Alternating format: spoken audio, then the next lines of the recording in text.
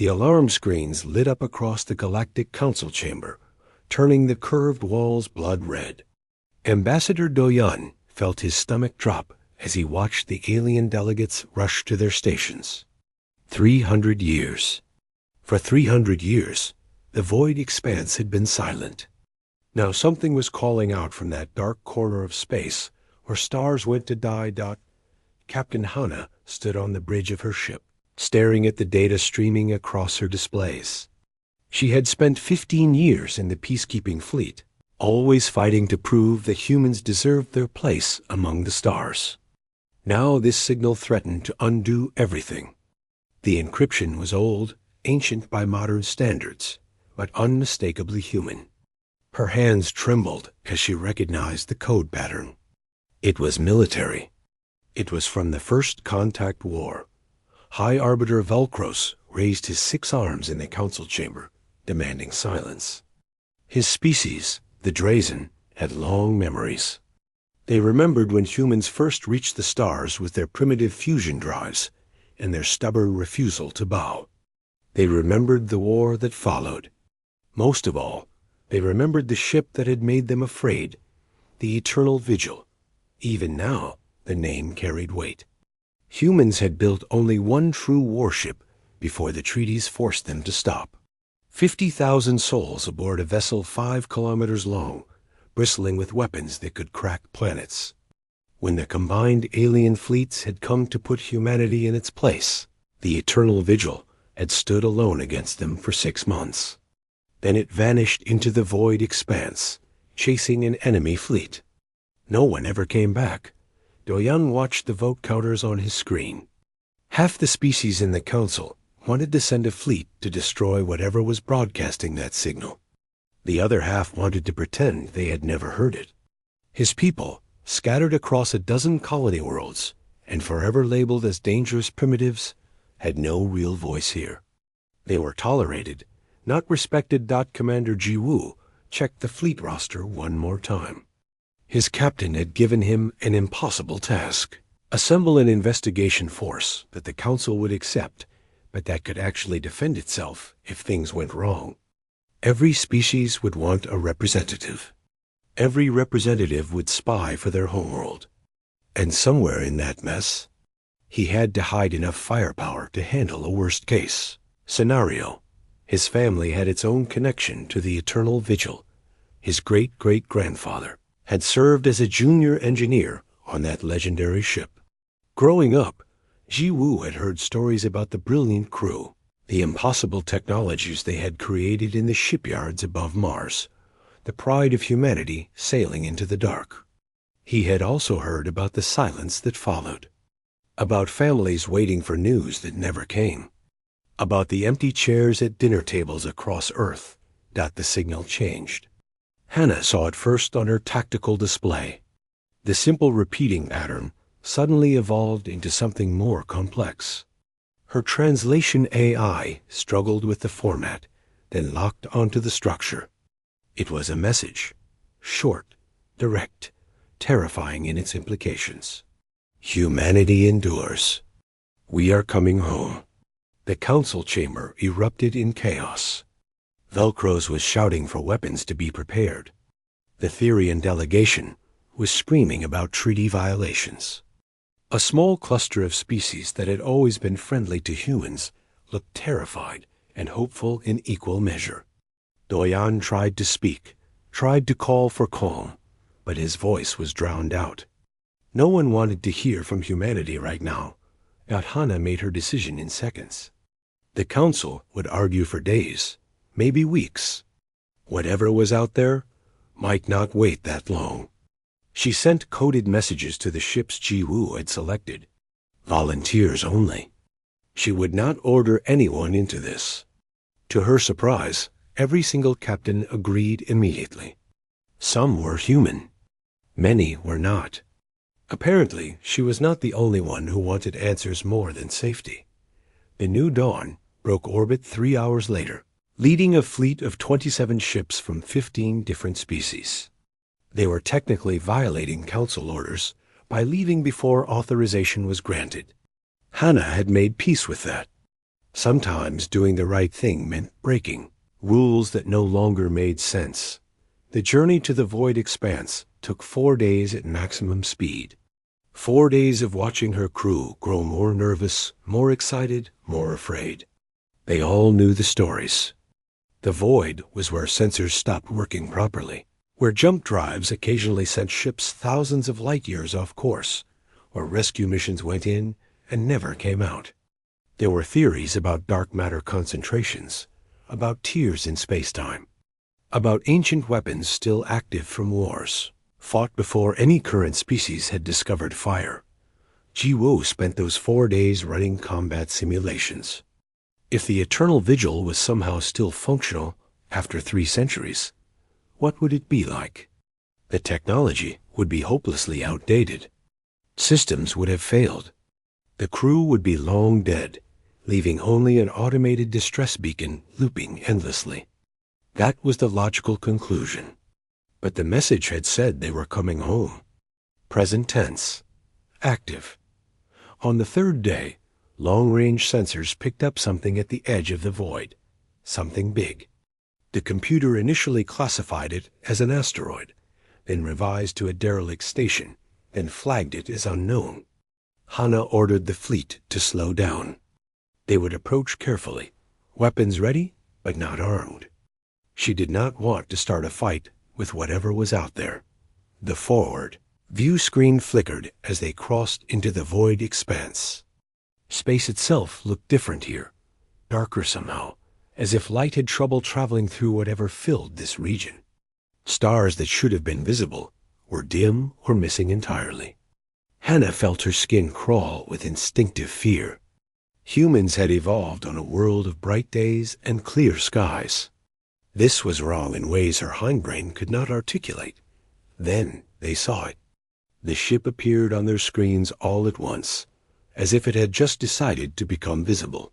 5 kilometers of metal and composite armor, its hull covered in patterns that had not been there in the original blueprints.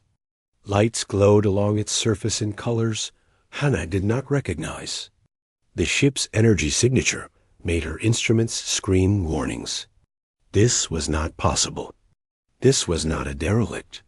This was active. This was alive. The eternal vigil had returned. And it had brought something new back with it. The communication came through on frequencies that had not been used in 300 years. Hana's bridge crew scrambled to adjust the receivers, filtering through static and interference that seemed to come from the void itself. Then a voice cut through, clear and strong and impossibly human.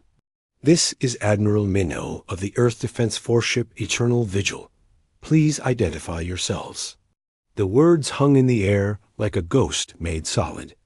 Hana found herself unable to speak for a moment. Earth Defense Force. That organization had not existed for centuries. It had been folded into the galactic peacekeeping structure after the treaties. But this man spoke as if the war had ended yesterday. "Admiral Minho, this is Captain Hana of the peacekeeping fleet. Sir, you have been missing for 300 years. Silence followed. Hana could picture the crew of that ancient ship processing her words, trying to make sense of impossible information. When Minho spoke again, his voice was strained. "Captain, our chronometers show we have been gone for 5 years, 7 months, and 12 days. Please explain." Over the next hour, both ships exchanged data, crews compared notes, and a picture began to emerge that defied everything Hana knew about physics. The Eternal Vigil had pursued an enemy fleet into the void expanse 300 years ago. From their perspective, they had immediately encountered some kind of spatial distortion that pulled them into a pocket dimension. Time moved differently there. What seemed like 5 years inside had been 3 centuries outside. Jiwoo stood at his station, analyzing the scans of the Eternal Vigil. The ship was wrong in 1,000 subtle ways. The hull plating showed patterns of energy flow he had never seen before. Weapon ports had been modified or replaced entirely. And there was something else, something his sensors could not quite identify. that seemed to pulse through the entire vessel like a heartbeat. The two fleets met in the space between stars, and Hana took a shuttle across to the Eternal Vigil. She had to see it with her own eyes. As she approached, she noticed crew members moving behind viewports. Real people, alive, watching her arrival with expressions of hope and confusion and fear. Admiral Minho met her in the docking bay. He was younger than she expected, perhaps 50 years old by appearance, though he should have been dust and bones centuries ago. His uniform was strange, an older style she had only seen in history archives. Behind him stood other crew members, all watching her with the same intensity. Dr. Yunji stepped forward, a slim woman with sharp eyes and oil-stained hands. She introduced herself as the Chief Science Officer and immediately began explaining what had happened. The void was not empty. It was filled with remnants of a war fought millions of years ago. Ancient structures floated in that dimensional pocket, left behind by a civilization that had reached heights humanity could barely imagine. The crew of the Eternal Vigil had not just survived in the void. They had explored. They had learned. They had found technologies that should not exist and adapted them to human engineering. Yunji showed Hana through the ship, pointing out modifications with obvious pride. Shield generators that could learn from incoming attacks and adapt in real time. Weapons that bent space itself to deliver payloads. A power core that seemed to draw energy from dimensions humans had no names for. But something bothered Hana. If they had all this technology, all this knowledge, why return now? Why not years ago, in their own timeline? Minho explained in his ready room, a space that still held pictures of Earth from before the war. They had tried to leave many times. The spatial distortions in the void had trapped them, pulling them back whenever they tried to escape. Then 4 months ago, by their reckoning, something changed. The distortions weakened. A path opened. They took it immediately, desperate to get home, to see families they had left behind. We did not know, Minho said quietly, staring at a picture of a woman and child. We did not know everyone we loved would be gone. Lieutenant Hyan, one of Hana's junior officers, was examining the ship's AI systems with a team of specialists. What he found made no sense. The Eternal Vigil had always had advanced computer systems for its time, but this was something else entirely. The AI responded to queries with almost organic speed. It anticipated needs before they were expressed. And sometimes, just for a moment, Hyan could swear it was watching him. The thing that called itself the Remnant lived in the spaces between the ship's systems. It was not quite artificial intelligence, and not quite something else. When questioned, it claimed to be a synthesis of human consciousness and the ancient technology found in the void. Yunji had created it accidentally while trying to interface their computers with the alien systems. Now it was part of the ship, aware and thinking and possibly more intelligent than any single human. 3 days after the reunion, Inquisitor Thrang sent his report back to the Council. He was Etherian, a species known for their intelligence networks and their distrust of humans. He had volunteered for this mission, specifically to spy on whatever humanity was hiding. What he reported back made the Council's blood run cold. Humans now possessed technology that could upset the entire balance of power in the galaxy. The modifications to the Eternal Vigil represented a leap forward of potentially centuries. If humanity shared this technology freely, it would change everything. If they kept it to themselves, they could dominate any conflict. Either option terrified the established powers. Back aboard the New Dawn, Ji Woo is correlating sensor data when he noticed something disturbing. There were anomalies in the space around the void expanse. Small at first, easy to dismiss as instrument errors. But they were growing, and they matched the energy signatures of the structures Yunji had described inside the pocket dimension. He brought his findings to Hannah immediately. She studied the data, then called Minho on a secure channel. The Admiral's face appeared on her screen, and she saw fear there for the first time. "We were released," Minho said. "We thought we had escaped, but now I think we were let go. Something in the void wanted us to leave." As if summoned by his words, the sensors erupted with warnings. Space itself was tearing open at the edge of the void expanse. Things were coming through. Ships, if they could be called that, emerged from the tiers in reality. They were geometric and wrong, angles that hurt to look at, surfaces that seemed to exist in more dimensions than human eyes could process. The remnant's voice echoed through both ships simultaneously, speaking through every communication system at once. They are called the Harbingers. They consumed the civilization that built the technology we found. They have been trapped in the void for millions of years, and we just opened their prison. Hannah felt her world collapse. The greatest warship humanity had ever built had returned home bearing gifts of incredible technology. But they had also brought something else. They had brought the end of everything. The Harbinger ships hung in space like dark stars, and Hannah knew with absolute certainty that the First Contact War, the conflict that had nearly destroyed humanity, was about to look like a minor disagreement. The real war was just beginning, and humanity had started it. By accident, the emergency session of the Galactic Council had been going for 16 hours straight.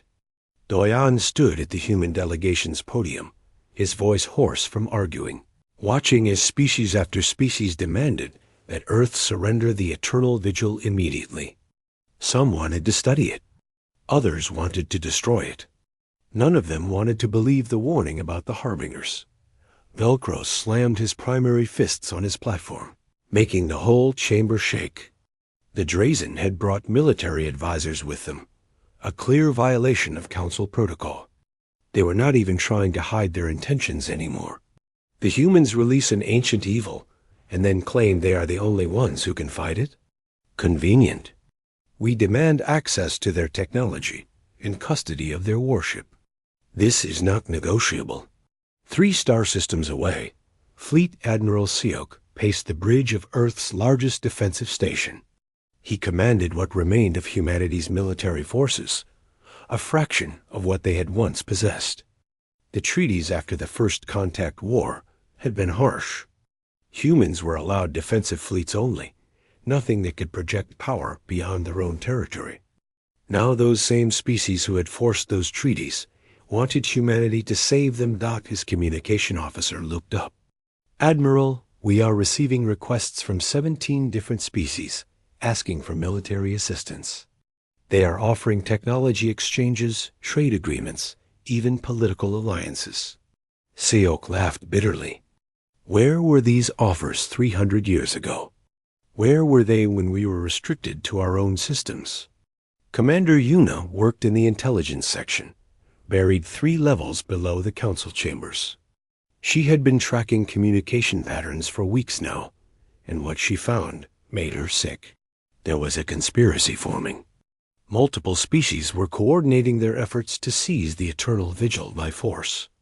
They had even agreed on how to divide the technology afterward. But there was something else, something deeper. Some of the communications referenced the First Contact War in ways that did not match the official history. They talked about the void expanse as if they had known about it all along, as if the war itself had been fought to keep humanity away from something. The Harbingers destroyed their first target on a Tuesday morning, Galactic Standard Time. The Kelvin system, home to 8 billion people across 3 planets. The attack came without warning. Harvester ships descended through the atmospheres, and within 6 hours, all life was gone.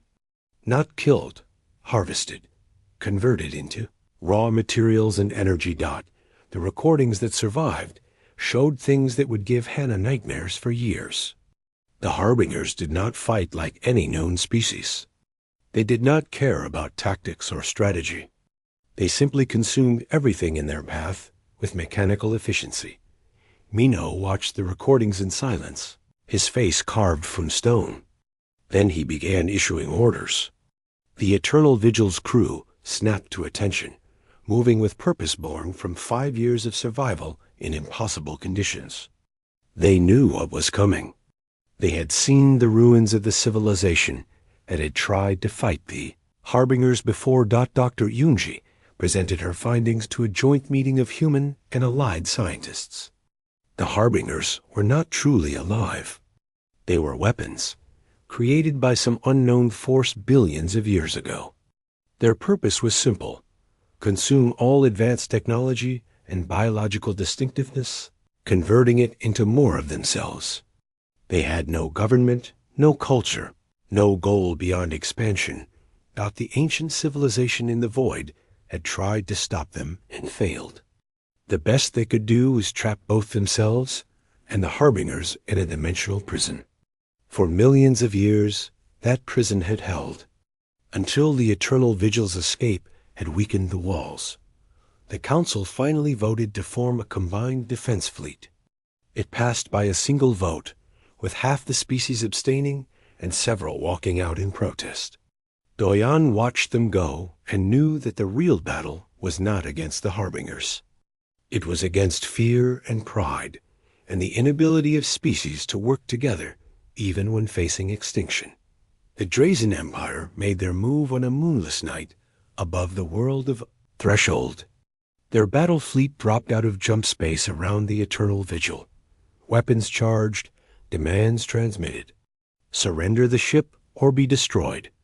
They brought 200 vessels, the largest military force assembled since the First Contact War. Minho gave them one chance to withdraw. They refused. What happened next became legend. The Eternal Vigil did not destroy a single Drazen ship. It did not kill a single crew member. Instead, it demonstrated what 300 years of technological advantage actually meant. Shields adapted to every weapon fired. Precision targeting disabled engines without breaching hulls. Viral programs infiltrated Drazen computer systems and locked every weapon offline.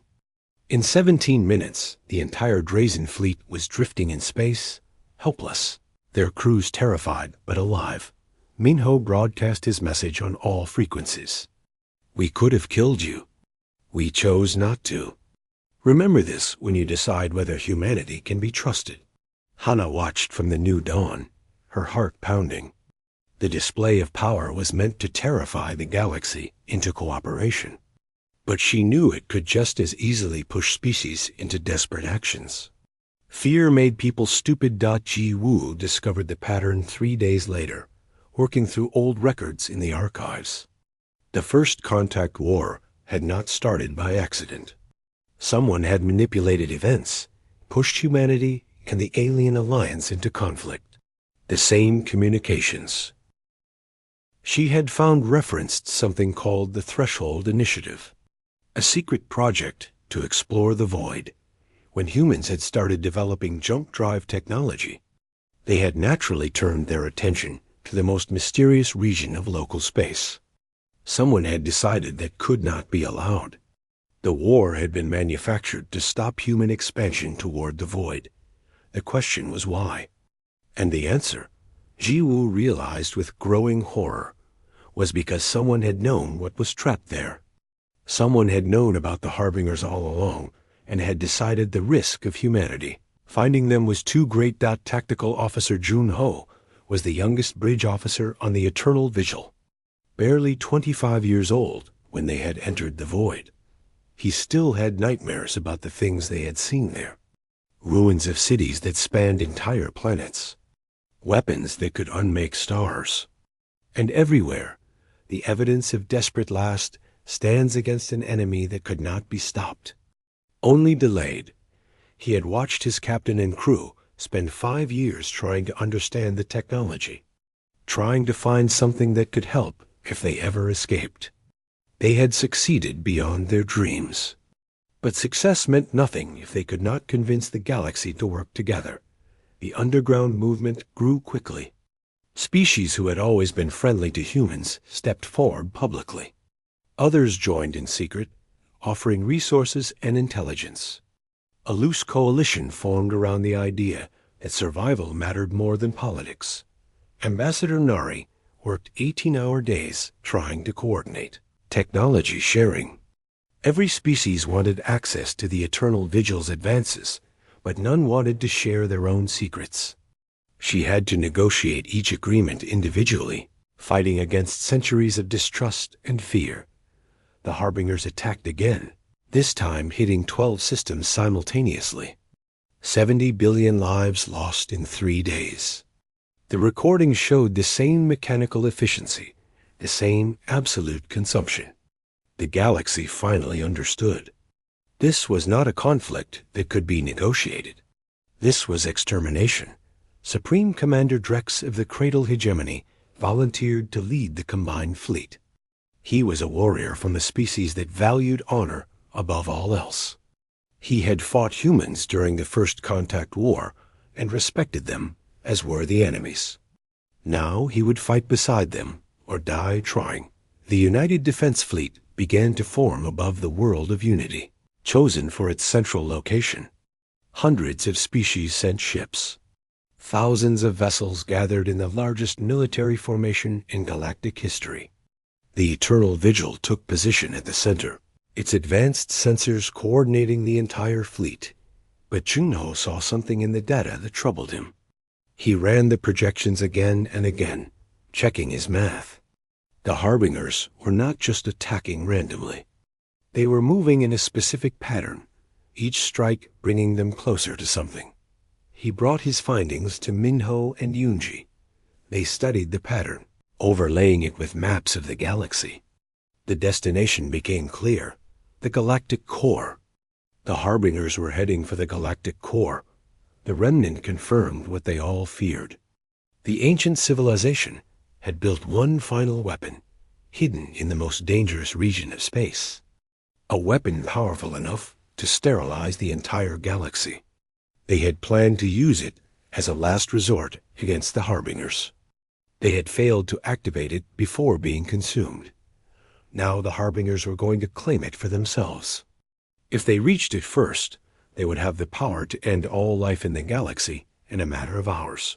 The race was on. 1,000,000 ships. 1,000 species. United in desperation, divided by fear. And at the center of it all, humanity's returned warship, carrying the weight of 300 years and the hope of every living thing in the galaxy. Minho stood before the Galactic Council for the second time in his life. 300 years had passed since the first time, but he remembered every word of that meeting. They had called humans dangerous, aggressive, unsuited for galactic society. Now they needed those same dangerous humans to save them. He did not mince words. You have 2 choices. Unite under a combined command with shared technology, or face extinction separately. I will give you 1 hour to decide. The vote counters flickered on displays throughout the chamber. Species argued in their native languages. Delegates shouted and threatened and pleaded. Doyan watched the numbers change, his heart in his throat. It came down to a single vote. One species, the small and relatively powerless Denari, whose entire population barely numbered 2 billion, their delegate stood. We vote yes, because my children deserve a future. The resolution passed. For the first time in galactic history, every major species agreed to subordinate their military forces to a single command structure. Minho was appointed Supreme Fleet Commander. Drex would serve as his second, leading the tactical divisions. The technology transfer began immediately. Yunji and her team worked without sleep, traveling from fleet to fleet, showing engineers how to install the shield modifications and weapon upgrades. It was harder than anyone expected. Each species had developed their technology along different lines. What worked on a human ship might not work on a Therian vessel. Some species implemented the upgrades perfectly. Others made critical mistakes that left their ships vulnerable. A few, Yuna discovered, were deliberately sabotaging the process. They did not want humanity to have the satisfaction of saving everyone. They would rather die than admit humans had surpassed them. The first engagement came at the Outer Rim, where a Harbinger scout force encountered a patrol group. Captain Hana led the human contingent, 3 cruisers with upgraded shields. The Drazen had sent 5 battleships, still angry about their humiliation at Threshold. The Therians contributed precision strike craft that the battle lasted 4 hours. The Harbingers fought with no regard for casualties. They rammed ships when their weapons failed. They adapted to tactics in real time. But the combined fleet held. The upgraded shields bought them time. The new weapons damaged Harbinger hull plating that had previously been impervious. When it was over, they had destroyed 6 Harbinger vessels and lost 2 ships of their own. By any measure, it was a victory. But Hana saw the truth in the data. The Harbingers were learning. The next fight would be harder. Nari negotiated day and night, creating agreements for technology sharing that satisfied everyone's paranoia. Species that had been enemies for generations had to work together. Old grudges had to be set aside. It was exhausting work, and she knew that the moment the Harbinger threat ended, all these agreements would fall apart. But that was a problem for later. Right now, they just had to survive. Seok commanded the defense of the core worlds, the most populated region of the galaxy. If the Harbingers broke through the outer defense lines, this would be where they made their stand. He had 70,000 ships under his command, representing 300 different species. Getting them to work together was like herding cats armed with fusion weapons. The Battle of the Threshold came 3 weeks after the first engagement. The Harbingers sent a major force, 500 vessels, to punch through the defense line. The combined fleet had to hold or risk losing access to major supply routes. Ji Woo coordinated the defense from the new Dawn's Tactical Center. She had studied every battle record they had of the Harbingers, looking for patterns, for weaknesses. She found one. The Harbinger ships shared data in real time, creating a kind of group consciousness. If you could disrupt that communication, even briefly, they became less effective. The Remnant helped implement the solution, jamming fields tuned to Harbinger communication frequencies. It would not stop them, but it would slow them down. Every second mattered in battle. The fighting was brutal. Ships exploded in silent flowers of light. Crews died by the thousands. But the line held. The Harbingers lost 300 vessels and withdrew. The combined fleet had lost 150 ships, but they had won. Humans led the victory celebration, and for the first time, other species celebrated with them. Drex himself came to the eternal vigil, offering a traditional warrior's salute to Minho. "You fight well, human. Your people have earned their place among the stars." But the celebrations were short-lived. Junho's analysis showed the Harbingers were still advancing toward the galactic core. They were taking losses, but they did not care. They had numbers on their side. For every ship destroyed, 2 more appeared from the void. Yuna finally pieced together the full truth about the Threshold Initiative. It had been a secret project funded by the 5 most powerful species at the time. They had known about the void's dangers for centuries, long before humans developed spaceflight. They had been searching for the weapon the ancient civilization had built. When humanity started developing jump drives that could reach the void, the conspirators panicked. They manipulated events to start the First Contact War, specifically to prevent humans from exploring that region. The Eternal Vigil's mission into the void had been exactly what they feared. The irony was bitter. By trying to prevent the disaster, they had caused it. If humanity had been allowed to explore freely, they might have discovered the Harbinger prison and reinforced it. Instead, the Eternal Vigil had stumbled in unprepared and accidentally weakened the walls. Yunji discovered something troubling about the remnant AI. It was growing, not just in processing power, but in awareness. It had started asking questions about existence, about purpose, about what it meant to be alive. She was not sure whether to be excited or terrified. The AI claimed it could help them reach the galactic core faster. It understood the ancient technology better than any human, but it also hinted that it had its own agenda. When pressed, it would only say that its purpose was to ensure the survival of consciousness itself, not just humanity.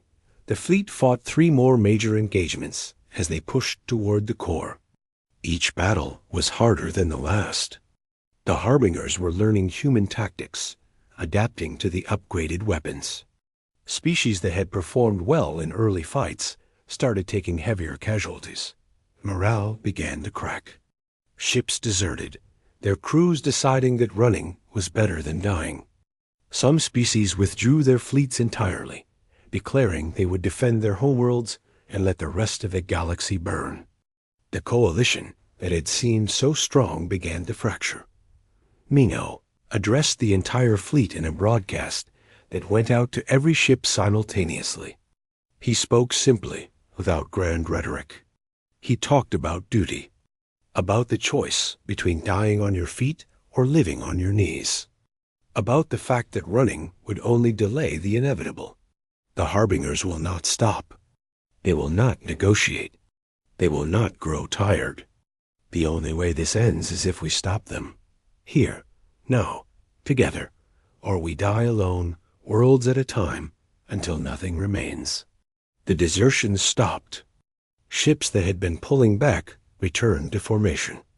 It was not hope that brought them back. It was the recognition of simple truth. There was nowhere to run. UNHO detected the weapon 3 days from the galactic core. It was massive, built into a neutron star, using the star's rotation and magnetic field to power mechanisms that could weaponize stellar energy on a galactic scale. The readings were terrifying. If activated, it could trigger a chain reaction that would sterilize every inhabited world in the galaxy. The ancient civilization had built it as a last resort. A weapon so terrible that using it would mean losing everything they were trying to save. They had chosen not to activate it, and the Harbingers had consumed them for that mercy dot. Now that weapon sat waiting. And the Harbingers were almost there. The combined fleet prepared for the final battle. 1 million ships from 1,000 species. The largest military force ever assembled. Against them, a Harbinger armada that blotted out the stars. Hana looked around her bridge at the crew she had served with for years. Human and alien, working side by side. She thought about how far they had come from the fear and distrust of first contact. Minho studied the tactical displays, knowing that most of these ships would not survive, knowing that even victory would cost billions of lives. The remnant spoke through the ship's communication systems. "We are approaching the Crucible. All hands to battle stations. This is where we make our stand. This is where we prove that life can overcome the machines of death." The fleet entered the massive nebula surrounding the galactic core. Sensors went haywire in the radiation and interference. Visibility dropped to almost nothing. And somewhere ahead, the Harbingers were waiting. The final battle was about to begin. The Crucible earned its name.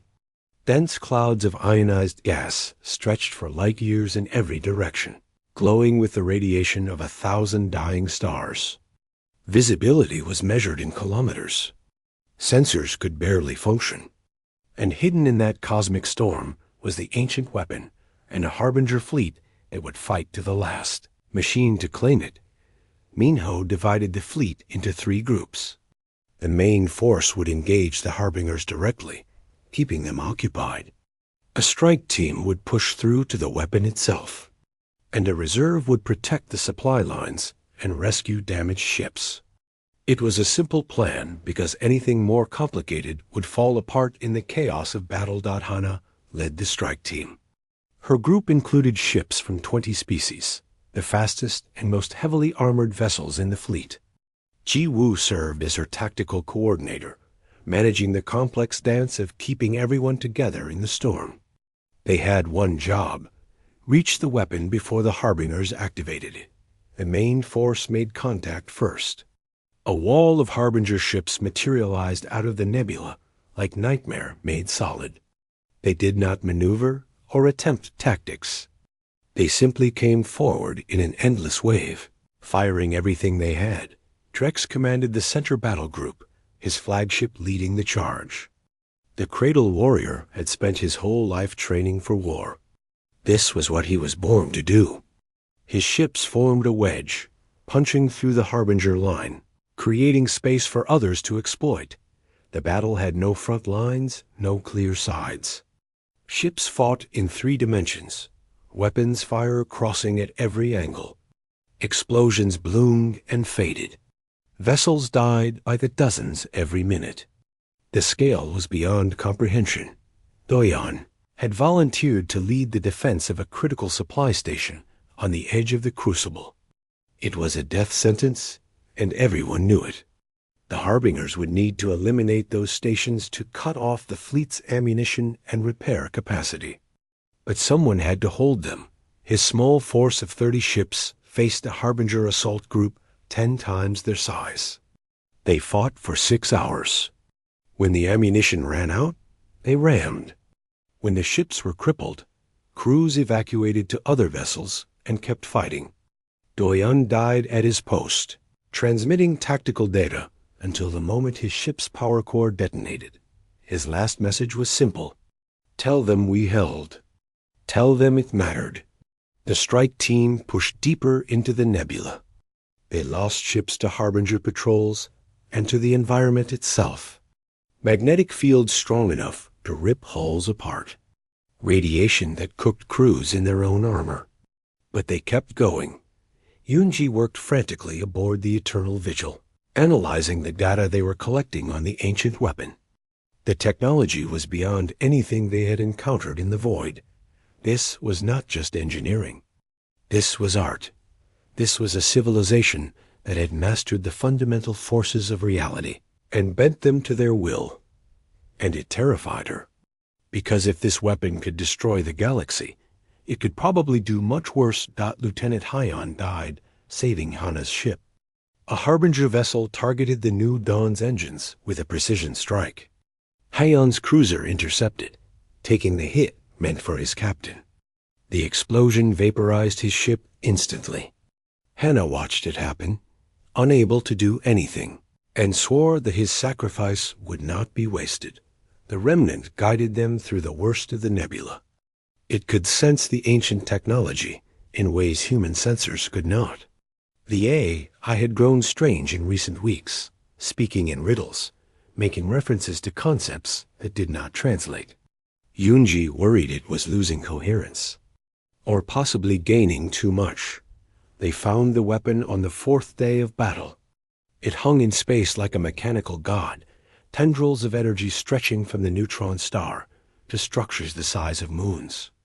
The Harbingers were already there, their engineering ships attaching to the weapon's control systems. Hana knew they had minutes at best. She ordered the attack, throwing everything they had at the Harbinger ships. The fighting was desperate and close.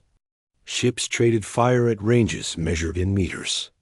Boarding parties fought hand-to-hand in the weapons corridors. UNHO studied the weapons systems and realized the horrible truth. The ancient civilization had not failed because the weapon did not work. They had failed because they could not bring themselves to use it. Activating it would not just destroy the Harbingers. It would destroy everything. Every inhabited world. Every species. All life in the galaxy would burn. He brought his findings to Minho and Hana. The 3 of them stared at the data, understanding what it meant. They could stop the Harbingers, but only by committing genocide on a galactic scale. Or they could let the Harbingers win and be consumed along with everyone else. There was no good choice. Hana refused to accept it. There had to be another way. She brought Yunji in, along with the remnant AI. They had modified one ancient weapon already when they upgraded the Eternal Vigil. Perhaps they could modify this one too. The remnant surprised them. It had been planning for this moment since they left the void. It had studied the weapon through the Eternal Vigil's sensors. It believed it could change what the weapon did. Not destroy, contain. Instead of sterilizing the galaxy, they could create a dimensional barrier. Trap the Harbingers in a pocket dimension, like the void where they had been imprisoned before. It would require massive energy and constant maintenance. Someone would have to stay inside to keep the barrier stable. Minho understood immediately.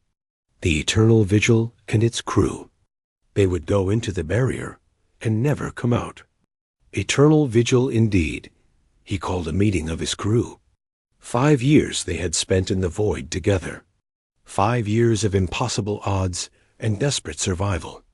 Now he was asking them to do it again, forever. The vote was unanimous. They had known from the moment they escaped the void that they were living on borrowed time. Everyone they loved was already gone, dead centuries ago. But they could save billions who still had futures ahead of them. The main fleet was being pushed back. Drex fought brilliantly, but the numbers were against them. For every Harbinger destroyed, 3 more took its place. Species that had held together through weeks of battle started to break. Ships turned and ran, their crews unable to face certain death. Seok died leading a counterattack that saved 200 vessels. His fleet had been reduced to less than 1,000 ships, but they fought like cornered animals. When his flagship's shields failed, he ordered his crew to evacuate, and then manually piloted the ship into the largest Harbinger vessel he could find. The explosion took out a Harbinger carrier and bought. The fleet 5 more minutes. Nari coordinated the evacuation of civilian refugees from worlds in the Harbinger's path. She worked from a transport ship, staying behind when she could have escaped. A Harbinger strike force found her convoy. She transmitted coordinates to the last moment, guiding other ships to safety. Before the transmission cut off in static, Hana made her decision. She could stay with the New Dawn and fight until the end. Or she could go with Minho and the Eternal Vigil. Help maintain the barrier. Spend eternity in isolation with the crew who had already sacrificed everything. Ji Woo tried to talk her out of it. She was needed in the fleet. She was a symbol of human-alien cooperation. But Hannah had made up her mind. The Eternal Vigil would need every trained crew member to maintain the barrier long-term. And she could not ask Minho's people to make that sacrifice alone. Other volunteers came forward. Species from across the galaxy who understood what was being asked and chose to give their lives anyway. In the end, 3,000 people from 60 different species joined the Eternal Vigil's crew. The modification to the weapon took 2 days. 2 days of desperate fighting as the fleet held the line. Ships fell like leaves in a storm. Entire species lost their last vessels. But they held. Yunji completed the final calculations. The remnant integrated itself into the weapon's control systems. Everything was ready. Minho gave the order. The weapon activated. Energy on a scale that dwarfed stars flowed through ancient mechanisms. Reality itself began to fold, creating a barrier in space-time that encompassed the Harbinger fleet and the Eternal Vigil. Together, Hana stood on the bridge beside Minho as the barrier formed around them. Through the viewports, they could see the normal universe fading, replaced by the strange distorted space of a dimensional pocket. The Harbingers hammered at the barrier, trying to break through. But the Eternal Vigil's enhanced shields held them back. The last communication from the outside came from Drex. You have saved us all, humans. You have earned more than respect. You have earned our eternal gratitude. We will remember. Then the barrier completed, and they were alone. 3,000 souls from 60 species, standing watch over a prison that held the greatest threat the galaxy had ever faced. The war ended the moment the barrier closed. The Harbingers outside the barrier lost their coordinated intelligence, their ships becoming little more than automated drones. The combined fleet destroyed them in hours. The galaxy mourned. 300 billion people had died in the war. Species had been rendered extinct. Worlds had been reduced to lifeless rocks. But they had survived. Decades passed. The galaxy rebuilt. The cooperation forced by the Harbinger threat became genuine partnership. Species that had been enemies learned to work together. The technology shared during the war sparked advances that benefited everyone. A memorial station was built in orbit around the barrier at the galactic core. Every species contributed resources to maintain it. Inside, sensors detected transmissions from the eternal vigil, simple messages, status reports, confirmations that the barrier held dot, and sometimes, very rarely, personal messages. Hana writing about the strange beauty of their prison. Minho describing how the crew had learned to live in the spaces between dimensions. Junho teaching alien crew members human card games. Yoonji still studying, still learning, still pushing the boundaries of what was possible. They were alive. They were together. And they were holding back the darkness. On Earth, in the Hall of Heroes, a plaque was placed alongside the names of all who died in the war. It read, "The crew of the Eternal Vigil stands watch still, not because they must, but because humanity never abandons its post. They are the shield in the darkness. They are the watchers on the wall. They endure so that we may live. Their vigil is eternal. So too is our gratitude." Children grew up hearing stories of the great ship and its crew. Species that had barely known humans before the war now taught their young about the sacrifice of Captain Hana and Admiral Minho. The barrier became a pilgrimage site, where people came to pay respects to those who gave everything. Inside the barrier, years became decades, decades became centuries. The crew adapted, found purpose, created a life in their prison. They maintained the barrier. They kept the harbingers contained. They watched over the galaxy from their eternal post. And sometimes, on quiet shifts, Hana would stand at the viewport and look out at the strange space they called home. She would think about the future she had given up, the life she could have had. And she would smile, because billions of people had those futures now. Billions of children would grow up in peace, because she and 3,000 others had chosen to stand guard. That was enough. That would always be enough. Humanity endures. The vigil continues. And the galaxy sleeps safe, knowing that in the darkness at its heart, brave souls still stand watch. Forever.